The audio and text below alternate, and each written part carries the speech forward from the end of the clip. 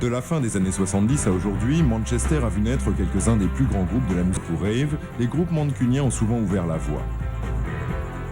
Au cœur de ce bouillonnement musical, il y eut un groupe, New Order, un label, Factory, et un club, l'Hacienda.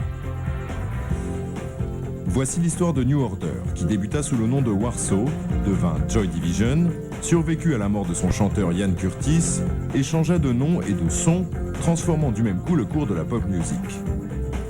Leur histoire est mêlée à celle d'une foule d'autres groupes de Manchester, dont les Buzzcocks, les Happy Mondays et Monaco.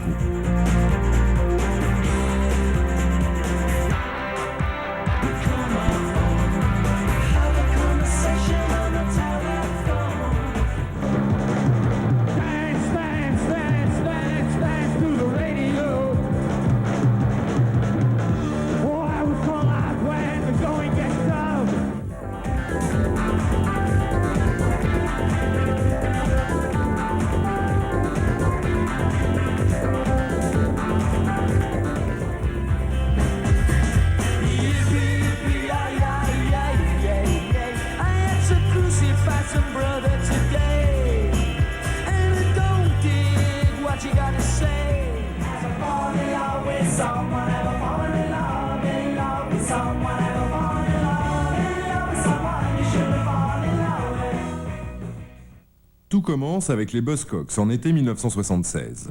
Inspirés par les Sex Pistols, deux amis de lycée décident de monter un groupe. Ils sont bientôt rejoints par deux autres garçons, tout aussi enthousiasmés par ce nouveau son, et il suffit d'une répétition pour que la sauce prenne. You know, you put four people in a room, and it just kind of works. You know, the right four people. I mean, none of us were ashamed about the noise we were making. In fact, I think that's what set us apart from most other people, is that we had no shame. And for us, the more chaotic and absurd it was, the better. See, the first ever gig we did was, it was about 5 weeks after that first rehearsal that was supporting the Sex Pistols at the Leicester Free Trade Hall in Manchester.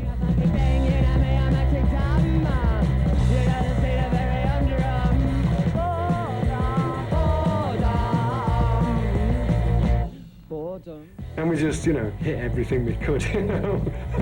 I made as much noise as possible, and then we're suddenly talking to all the local kids who were like, you know, wow, we didn't know there was a band in Manchester, you know. It'd been like the winter of the mind for people for years, and suddenly there was a thaw, you know. Ce concert va faire des émules à Manchester. No, it's like somebody opening a door in a darkened room. It was really weird. It was just like that was what you wanted to do.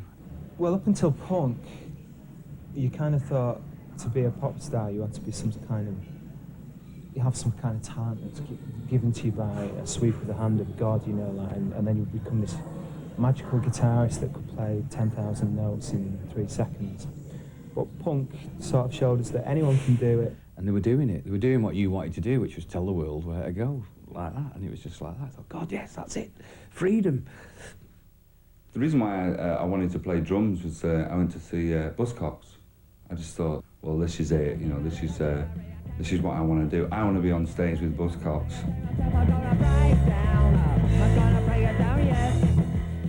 Avec une dizaine de milliers de francs empruntés à leur famille et à leurs amis, les Buzzcocks sortent leur premier single, Spiral Scratch. Cette approche bricolo de la musique va inspirer de nombreux jeunes punks. I went and bought the bass guitar because Bernard had a guitar. And I thought, well, 4 strings have to be easier than 6.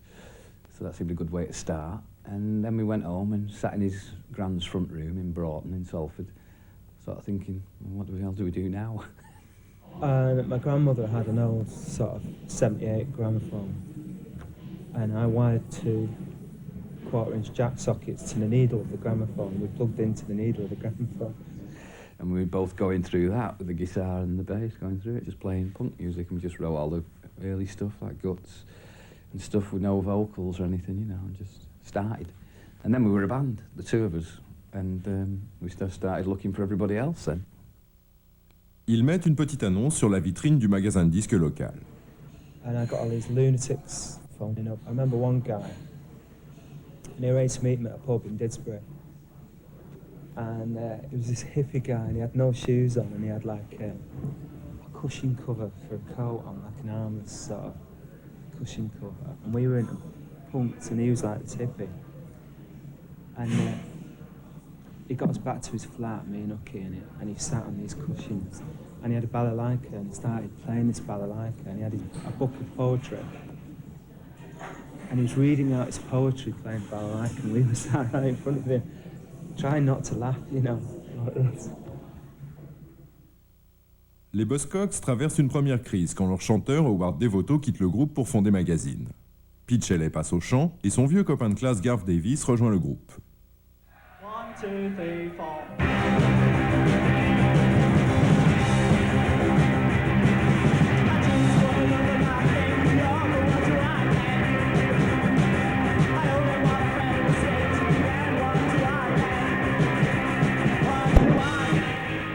Garth was amazing. There was something in him that when you pushed the button, he'd explode.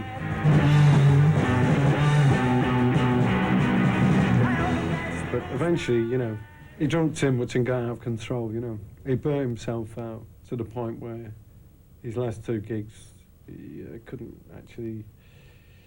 He'd come on and sing a bit and then throw the bass down and go off and then come back and do like that. So we couldn't carry on with him, you know. Well, he didn't like gravy. So when he ordered something and he put gravy on, that was the ultimate insult. He'd go up, ask for chicken and chips, and as normal, they'd put the chicken and the chips on the plate and usually stick a few carrots and a few token peas on there and a bit of gravy or whatever. He'd wait until he got all the cutlery and he'd sit down and then he'd look at it and he says, I asked for fucking chicken and chips. Who said I wanted fucking peas? And then all of a sudden the peas would go whoosh right across the other side of the room. What do I get? Oh, what do I get? He had a lot of strange things, but I mean, he was his own person, you know, and he wanted things like that. He wanted them. Avec l'arrivée de Steve Garvey, les Buzzcocks semblent enfin se stabiliser. En revanche, Warsaw connaît encore une période de flottement. Mais après avoir croisé un chanteur, Ian Curtis, à plusieurs concerts punk, Hook et Sumner décident qu'il pourrait faire l'affaire. Because he was quite noticeable because he had like a green flak jacket on with hate on the back in white tape, which we thought was quite interesting. Became friends with him and kind of then met him on the scene. We didn't know he wanted to be a singer. And every time we'd go out then, we'd speak to him and his mates. They were called the 2 Ians because there was another guy called Ian who was with him.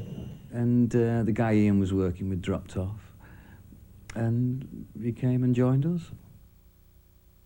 Il ne leur manque plus qu'un batteur. Drummers seem to be assholes for some reason. The first drummer we had was Tony Tabac, and he got shopped because he came up with this great scheme of if you sell dope cheaper, you sell more of it. And he never realised that as soon as he did that, all the other dealers just shopped him. One of them even wanted to bring his girlfriend to gigs. I mean, that's just not on, is it? He went straight away. And then Steve answered an advert that Ian put in Macclesfield. Il lui fixe rendez-vous pour une audition devant la prison de Strangeways à Manchester. Old Mark II Jag pulls up, you know, it's getting a bit 60s gangsterish this now. And this very young-looking lad gets out, and this other chap, I thought, oh, that's Bernard there, I know you're Bernard. I thought the other lad was his dad, but it wasn't. That was Ucky. Yeah, he just came shuffling out of his car very nervously. It was quite funny. Because he no, I shouldn't say that, no. I'm not going to say that. His mother used to dress him. So he always wore very strange clothes. His personality fitted in with us, and he didn't seem to have any dickhead traits at that point. I think the fact that I had some tins of drink with me helped. I think I bribed them with Coke and Vinto. So I was in. That was it. I was in Warsaw. Yeah, hey, a punk band. L'existence d'un autre groupe au nom similaire, Warsaw Pact, provoque toutes sortes de malentendus et Warsaw a du mal à trouver des concerts. Le groupe décide donc de prendre le nom de Joy Division. We did our first gig at Pips in Manchester, and I remember Ian got thrown out for kicking glass around the dance floor, and we had to beg the bouncers to let him back in. And we did our first gig, and all my friends from Salford had a huge fight. It was a great night. I began to suspect that the reason nobody was giving us any gigs was because there was always a fight. En désespoir de cause, Peter Hook décide d'aller voir un organisateur de concert local. I've been trying to pester him for ages, and I said, "Oh, you know, I'm coming about the support gig for Susie and the Banshees." And he went, "Oh, just give that away." I said, "Oh God," I said, "Did you give it to him?" He went, "Joy Division." I went, "Oh, that's us." He went, "Oh, I mean, I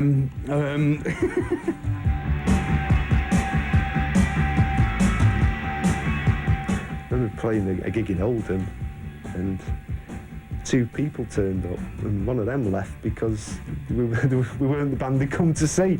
But we did it anyway.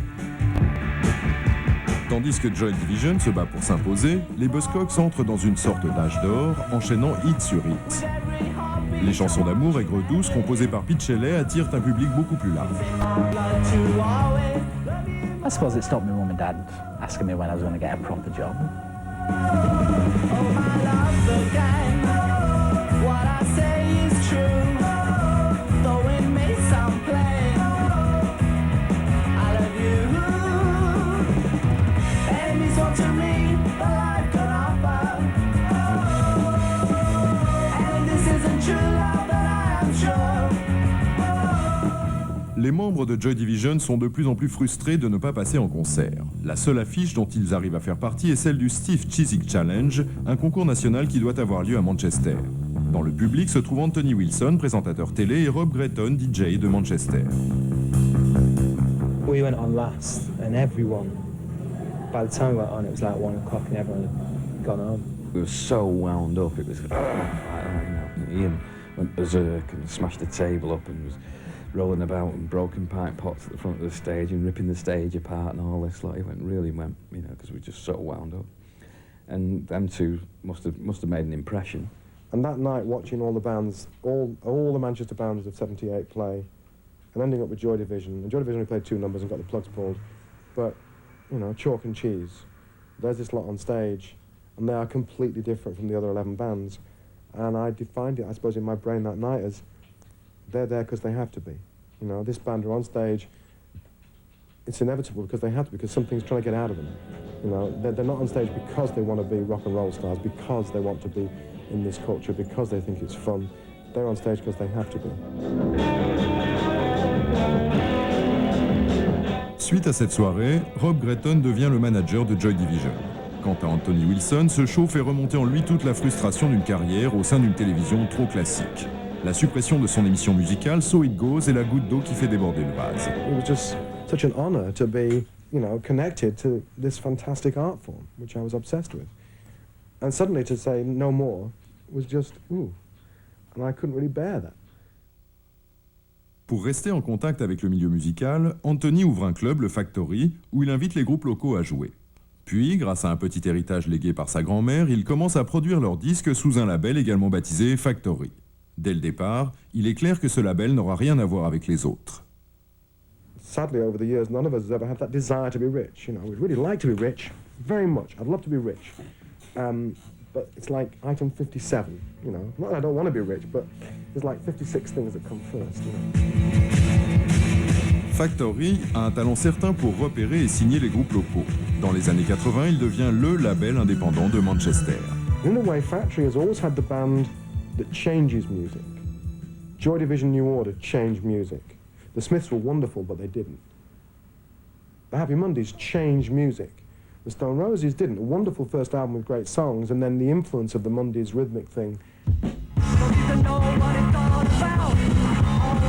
La politique de Factory a toujours été de signer ses artistes par goût plutôt que pour leur potentiel commercial. Le meilleur exemple en est Vinnie Reilly. Vinnie débute au sein du groupe punk Headbanger and the Nosebleeds, mais rapidement il se distingue des autres par sa formation musicale. Part of the fun for me was, in the middle of this mayhem that was a Nosebleeds gig, to do something that was musically very sophisticated in terms of pop music.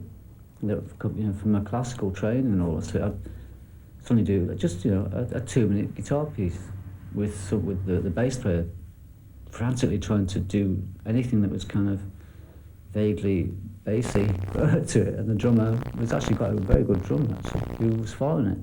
And Eddie would be, you know, just having a fight somewhere with somebody in the audience, you know. Vénère Reilly forme Dorothy Column. Durant toute la période punk et post-punk, le groupe s'obstine à sortir des albums de musique ambiante, presque classiques, résolument non commerciaux. Le premier album, The Return of the Dorothy Column, sort sous une pochette en papier de verre, de façon à abîmer les albums d'autres groupes rangés dans le même bac. I think Fracture, we're a kind of mixture of punks and hippies. You know, we've got a lot of the hippie philosophies and stuff, which is, you know, just funny really, and quite gentle, but we've also got that edge that the punks had in '76, which is, you know, anything goes, anything is valid, try anything at all, because you just never know. Entre-temps, Joy Division a enregistré un album, Unknown Pleasures, et en concert, la présence scénique de Ian Curtis commence à attirer l'attention.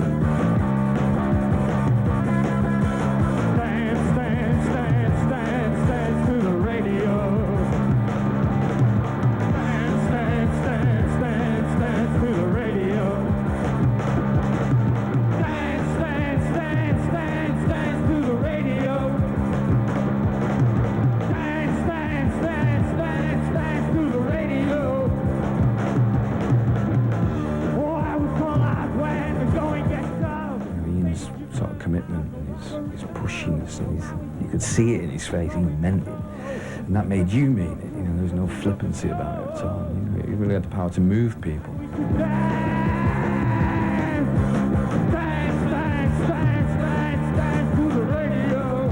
Ian would get pissed at his head on Special Brew, and he'd just be like this demented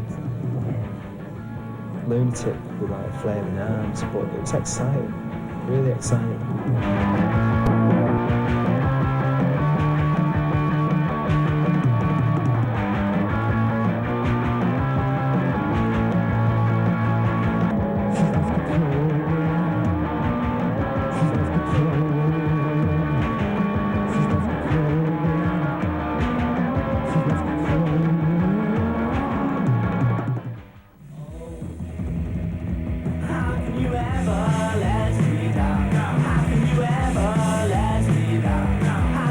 Après une longue période de tournée internationale, les Buzzcocks sont en perte de vitesse. Mais les scissions n'apparaissent réellement qu'à leur retour des États-Unis. Pete had gone off into some other world. In fact, we all had, you know. We'd taken on America and it'd taken us in some ways. We'd become more popular than we thought was proper. I always remember when we first started out and we'd do things, if anybody asked for my autograph, I'd ask for theirs, thinking, why do you have to ask for me? Because there's no different. But then people would go, well, why do you want mine? You'd end up having these long arguments, you know, so it just became easy just to sign. But you were signing away a part of yourself. We was living together in each other's pockets. We was either on tour or in a studio.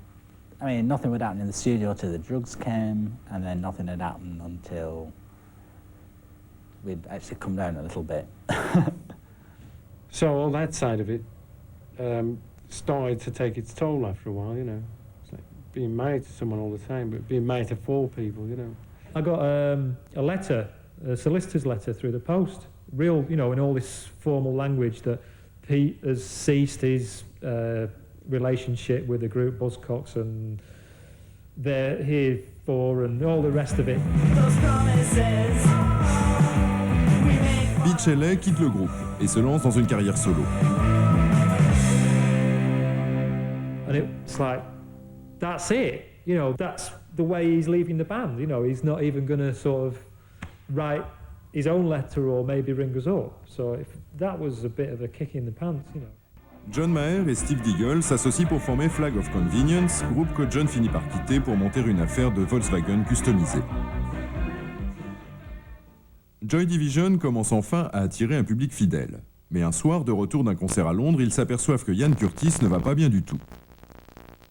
We got near Luton and he just started making this growling sound in the front of the car. And I remember I had the flu and I had a blanket over me. And he kept turning around and pulling the blanket off me. And I said, what are you fucking doing? Give it here. And I'd pull it back. And then he'd pull it off me. I thought he was just messing around and being childish. And he'd been a bit crabby. You know, but I just thought, oh, you know, it's after a gig, a bit of a wild gig, loads of people, you know, shaking your hand and all that lot. And he went very quiet. And then all of a sudden, you know, he was flying about. You know, punching the windows and the windscreen, punching Steve, who was drive the car at 70 miles an hour down the motorway. And then he just started banging his head against the windscreen. We obviously knew something was wrong.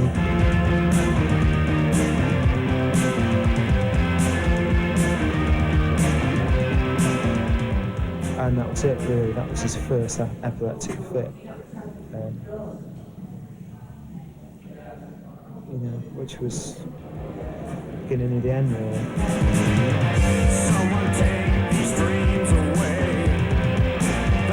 Le groupe est sur le point de partir pour sa première tournée aux États-Unis, mais la santé de Curtis reste inquiétante. This stage he was on heavy barbiturates, which just kind of really affected his personality. One minute he'd be laughing, the next minute he'd be crying. You know, he had it quite strong. 20 years ago or whatever, I don't think they had particularly honed the treatment that they've got now. So, I mean, the simple reason that he was ill was he had epilepsy, and they were treating him for it. That got him depression. He had marital problems, and it just all got too much for him. It's quite simple. We talked him out leaving the band and said, look, just let's take a year off when you recuperate. Take a year off, sort your life out, you know, and then see what happens. As I remember, he wanted to leave the band and go and open a sandwich shop in Plymouth or something. Why did he want to do that? No, it wasn't a sandwich and book shop in Plymouth. By this time, he'd split up with his wife and he was staying at my house in Salford.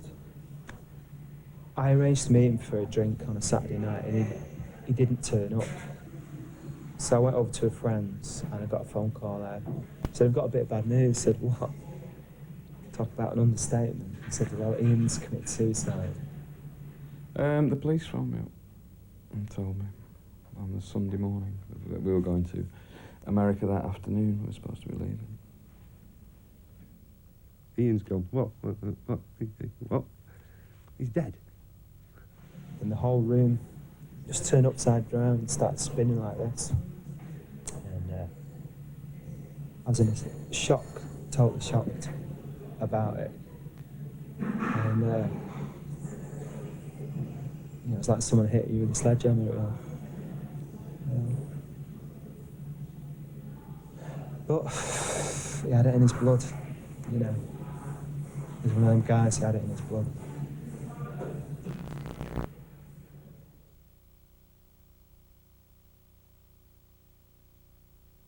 Ian's death kind of justified, if you like, you know, the gloom and everything. It was like, it was the icing on the cake, and that's a really bad thing to say about anybody dying, but it was kind of like, well, yes, that's it now. You know, gone with the greats. You know, they were miserable. He had a tortured life, and oh God, it must have been hell. And in a way, it kind of like summed up Joy Division to a lot of people. It was just something that's kind of, we understood, really. I mean, we'd always said, you know, if one of us leaves or whatever, you know, we'll carry on. So we just said, so we're carrying on. Yeah, right. Avec Bernard Sumner au chant, il décide de changer le nom du groupe. Went for a meeting in the pub to change the name. And remember, we had that little shortlist, was the Khmer Rouge, the Witch Doctors of Zimbabwe, and New Order. So me and Bernard voted for New Order, and them three voted for Witch Doctors of Zimbabwe. So that was the name. So me and Bernard, I said, well, that's it, I'm leaving. I'm not being in the band called Witch Doctors of Zimbabwe. No way, man, that's the end of that. And so Rob went, oh, if you're that bothered then, oh, you know, which was, I think, maybe in part of New Order's downfall, was that it wasn't the majority vote that got it, it was always the ones that were upset that got their own way, which, you know, with hindsight was Too much of a compromise, maybe. New Order, désireux de renforcer le son du groupe, fait appel à Gillian Gilbert, la petite amie de Stephen Morris. Well, Gillian was Steve's girlfriend, so we knew her anyway from coming to gigs. Because by this time, we allowed people to bring their girlfriends to gigs. Gillian had played with us as Joy Division when Ian was ill, played guitar. I mean, she wasn't a very accomplished guitarist when she started. I think we thought that she could play, but when she actually came to us, I mean, God give her that. She had a lot of balls, if you'll forgive the expression, Gillian, to do it. But she stood up and did it, which was great, you know. And she just went and learned. Obviously, went along. It was a bit weird because I was all set to go to college. I'd done a year there in Stockport Tech College to do graphics and business studies. So it was a big jump for me. Être un couple et jouer dans le même groupe n'est pas facile. In any group, it's going to be tricky because you get conflict of interest, don't you? I mean, it's difficult keeping a relationship when you're in a band with somebody, let alone being in a band with somebody when you're in a relationship with them, you know. I mean, I don't envy them that. I really didn't envy them that. Yeah, it was a bit strange. You couldn't really say, "Oh, you, don't do that." Tandis que New Order travaille à son avenir, le batteur Mike Joyce, qui s'était lancé dans la musique sous l'inspiration des Buzzcocks, joue depuis 2 ans dans le groupe punk Victim. Ils ont sorti 2 singles et Mike est devenu très ami avec le bassiste Wes Graham. Mais le groupe stagne quand Mike est contacté pour passer une audition avec un nouveau groupe de Manchester, The Smiths. I remember going back to my flat in Whalley Range and speaking to the lad that lived there, and after rehearsing with the Smiths and saying, you know, that this band, they're great, you know, they sound really good. I think, you know, they could be as big as, you know, the Psychedelic Furs. Pour Mike Joyce, la décision est difficile. Doit-il rester avec ses amis ou rejoindre le nouveau groupe? Partir jouer avec les Smiths signifierait la fin de Victim. I spoke to Wes, and I said, you know, it's a tough decision, but, you know, I've got to do it. And he said, well, that's fair enough, you know, it's what you want. And I said, well, it is. And rather than kind of sitting there and playing drums thinking, oh, I want to be in that band, I thought it would have been a bit unfair, really, to do that. So I just kind of severed all ties, and I went into A1 Music in Manchester the next day, and all their equipment was there for sale. But no more apologies, no more. Mike Joyce est désormais membre d'un des groupes leaders de Manchester. De son côté, New Order va bientôt connaître une période de mutation déterminante. Aux États-Unis, il fréquente des clubs comme la Danceteria et le Paradise Garage à New York, une expérience qui va transformer leur approche de la musique. I think we just started getting into dance music instead of going to see groups, you know, in live gigs. We just always like going to dance clubs, dance like mad fools.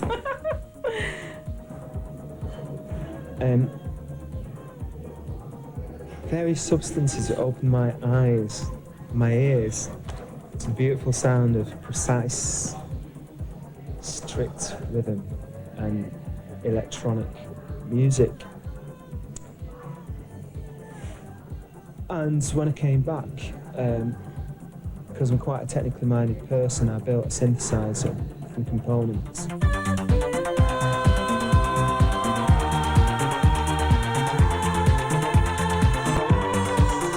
Bernard was always sort of like that, quite vociferous in the way he wanted this thing. It's probably because he was trying to get rid of me.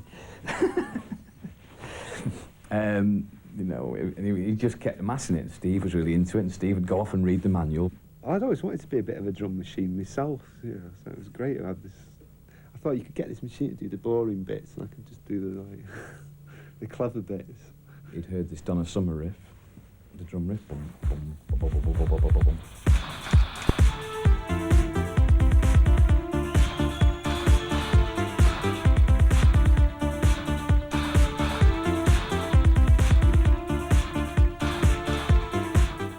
Did I think I was going to alienate a core audience with Blue Monday?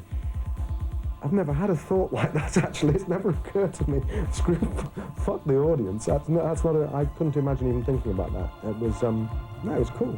I thought it was fabulous, but I had no idea it was that important.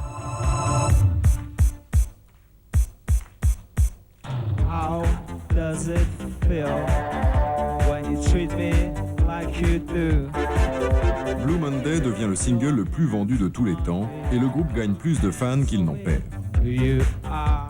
We knew it we'd lose people. We were sick of these pious wankers who because of Joy Division, took everything we did so goddamn seriously, and we weren't serious people. Even Ian wasn't serious. You know, not at all. It was a right laugh. I think if you're a fan and you change, you don't like change at all. But I think you've got to change to move on, and instead of being stuck in the same, doing the same sort of music. Tell me how should I feel? Tell me now, how should I feel? Now I stand here waiting.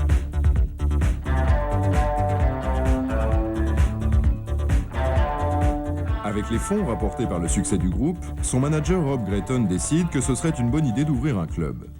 Rob decided that we should put something back into Manchester. He's like that, Rob. And he wanted us to open a club because basically there was nowhere we could go. No, we've had a club, Rob. We had the factory. You don't know what it's like, Rob, to have a club and no one comes. Rob, we don't want to do this. This is so, you know, we've been there, Rob. Rob went, "Ugh." So we went, okay. I thought, yeah, great. You know, one night a week, hire a place in Manchester. Yeah, great idea. And then we found out that, no, it wasn't that. It was, we're going to build a club and buy the club, and it's going to be fucking huge. And I had to pay to get in for the first night. Should have known.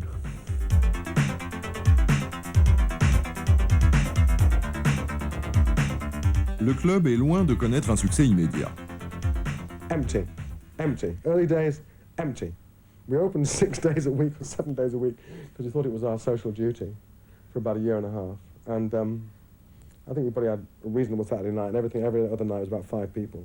And you went out to a club, the ones you liked best were the ones that were dark and, you know, clammy sort of little places, and then to go into this aircraft hangar that was like, in summer it was daylight all the time, and you could see the two people. So, you know, if you ask what it was like in the first couple of years, you know, we lost a further 400 grand or something, God knows. But it looked good. Tout au long des années 80, New Order accumule les hits et sous l'égide de Factory évolue en toute liberté dans l'industrie du disque.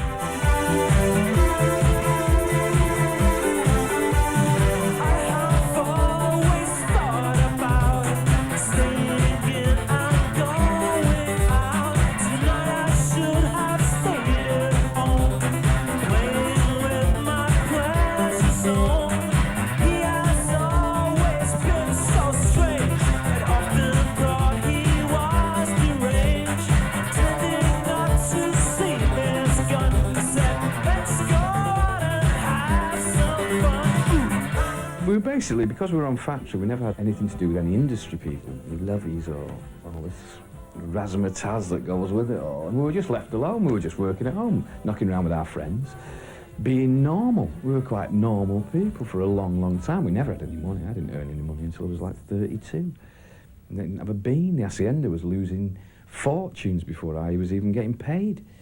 You know, it was costing us 10 grand a week, and we were on 50 quid each. We were losing 10 grand a week in the Hacienda and things like that. You know, it was very interesting. Very interesting. I remember Rob once at some big row, Real World in Bath, shouting at Barney, "Do you want a yacht?" And Barney went, "Yes!" "Will you do what is required to get a yacht?" "No!" And that kind of like sums the whole thing up, really. Didn't give a fuck about career or whether we're going to be successful. We didn't give a damn about success. We weren't bothered about being on top of the pops, not at all.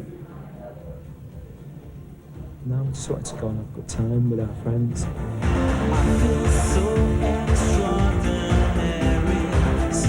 L'Hacienda, club presque exclusivement consacré à la nouvelle dance music venue des États-Unis, commence enfin à attirer du monde. Well, I was giving the staff speeches about however successful we are with True Faith and Substance, there's another youth revolution around the corner and we don't know if it'll happen here or elsewhere and we don't know what it will be, but let's keep our eyes open. And even while one's saying that, one of our own groups is hanging out in our club selling small little tablets coming out of America, and one member of the band standing on the stage on his own with his arms in the air. So there's me giving a speech about look out for the next revolution, and it's already happening.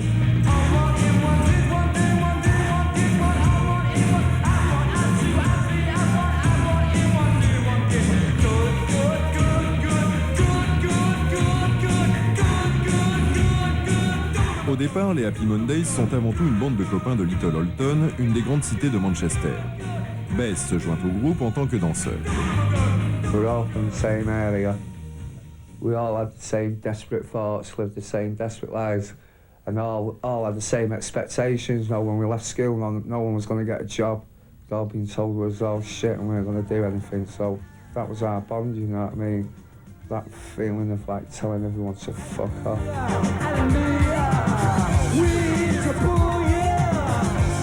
What I thought I was doing at the time was like a war dance. It was like my big fuck off to society. Like, I'm a mental mad fuck and I'm right in your face now, and what you're gonna do about it. It was like and that's a desperation really, or something like that, you know what I mean? But at the same time it's like you ain't gonna control me. I'm fucking completely out of it, and I'm gonna fucking go all the way to the top doing it. L'Hacienda se retrouve bientôt à l'épicentre de l'explosion dance et devient l'un des clubs les plus en vogue d'Europe. Anthony Wilson est stupéfait de voir à quel point l'Empire Factory est devenu un pôle d'attraction. The big point about Factory is everything that seems like a clever idea or great strategy and wonderful whatever was always a complete accident, complete mistake, and is either post-rationalization or, as we prefer to call it, praxis, which is you find out what you're doing by doing it, or you find out why you're doing it by doing it. So, for example, the Mondays, you know, let's sell a band on the basis of being completely outrageous, sort of drug-dealing lunatics, and let's make up these stories every day. No, you just sat there and it happened to you.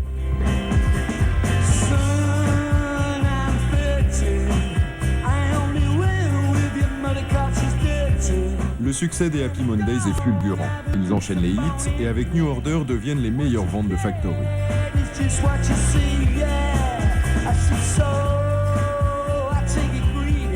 New Order a passé une grande partie des années 80 en tournée dans le monde et grâce à ses rentrées d'argent, l'Hacienda est parvenue à se maintenir pendant sa période de vache maigre. Every time that we earned a lot of money, we felt that we were doing it for the club, not for us, which again put me off touring. I thought, well, I'm not going to end up in hospital and make myself ill for a nightclub. So I stopped. You know, I got sick of it.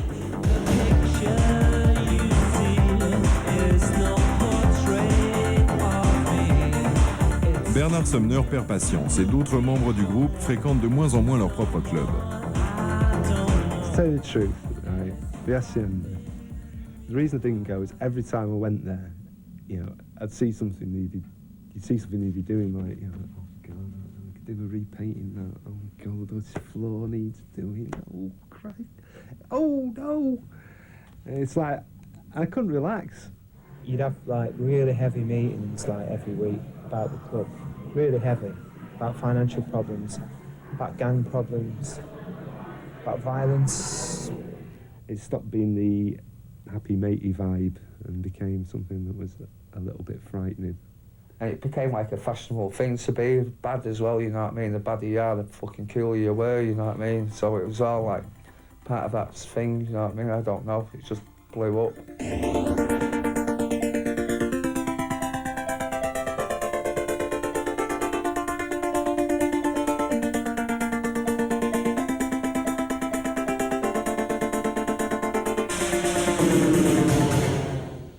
Some hysterical meeting, I kind of go, come on guys, come on, it's been so wonderful, let's be honest. If there was a button and you could press it and the Hacienda would never have existed, come on, what would you do? And Barney leans forward and goes, show me the fucking button. Le club n'est pas l'unique source de tension entre les membres du groupe. Sur le plan musical aussi, leurs orientations divergent. I felt that I reached a point in New Order where it was these 4 musicians, and we spent a number of years together, and we didn't even have a producer, so there was no outside influences coming into the band at all. was only our influences and we were bouncing off each other. But the echo started sounding the same all the time. Bernard Sumner se lance dans un projet solo baptisé Electronic. Can we meet on the street, maybe tomorrow? And I was really shocked because I'd never envisaged not having New Order ever. I mean, I'd had New Order for like 16 years. It'd been my life. Very important to me. More important than anything, even your family, you know. You feel a bit unwanted. Really. Peter Hook monte alors son propre groupe, Revenge, pendant que Stephen Morris et Gillian Gilbert forment un groupe ironiquement baptisé The Other Two.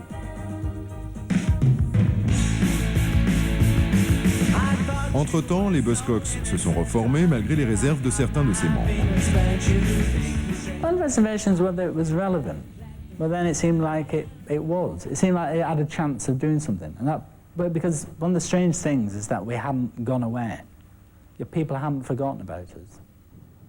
I mean, that was a very surprising thing.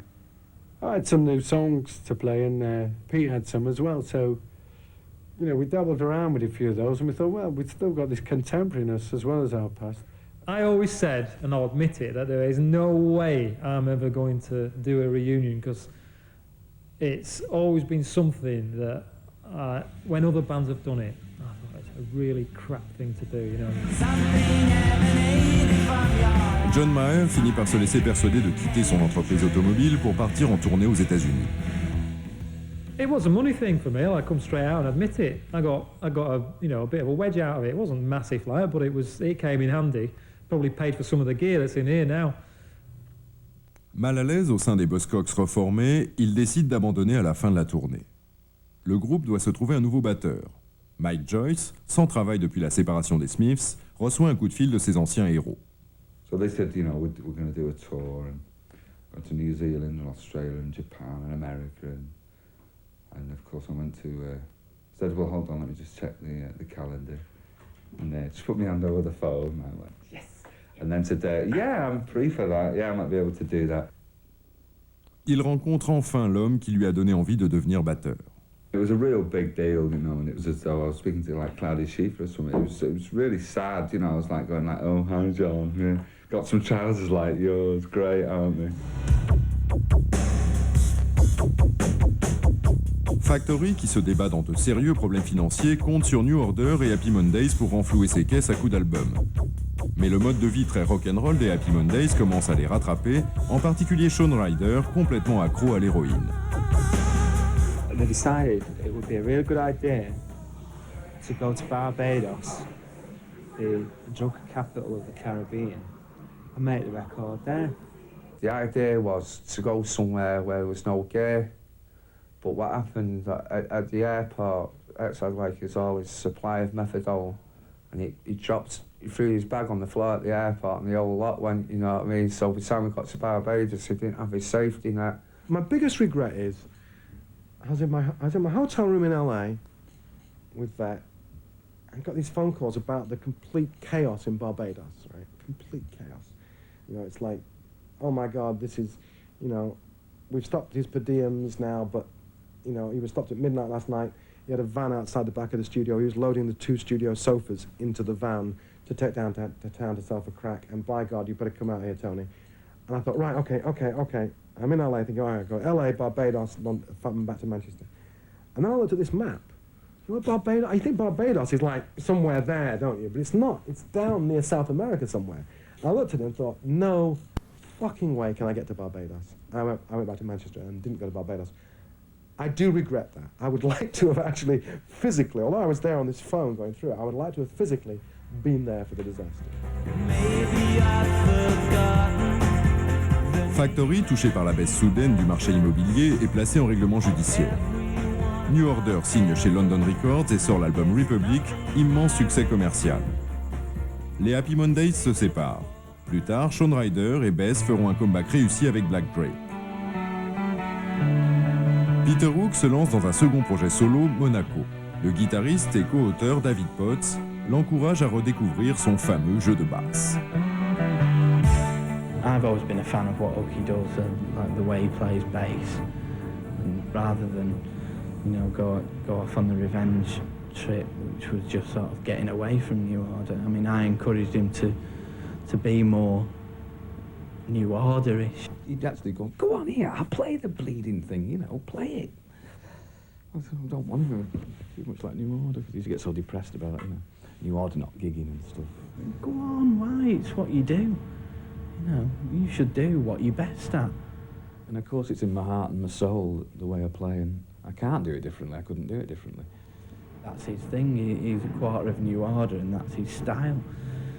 So I don't think you should throw away your tool of your trade just to be different.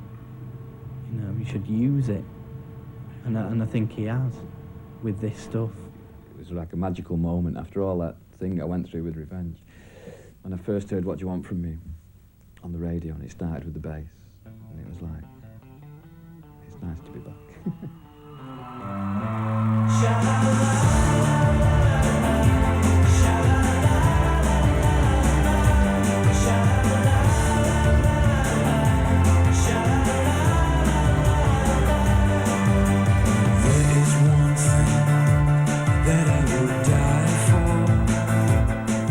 Mais une question subsiste toujours, New Order existe-t-il encore? If something's working, you stay together. If it doesn't work, you fall apart. And it worked for a long time, and then it stopped working. Yeah, simple as that, really. Other way I can explain it. It's become an entity, I guess, which it kind of wasn't when we started off. I would love to say, yes, New Order do exist, and we're doing something. Or I would love to say, yes, New Order don't exist. You know, I'd love to know. Bernard, I'd love to know. Steve and Gillian. I've not spoken to him for ages. I've seen Hucky. I've not seen Barney. I see Stephen quite a lot. Well, officially we've not split up, but we've not really spoken to each other for 3 years, maybe longer. So it's tentative, shall we say? It's tentative.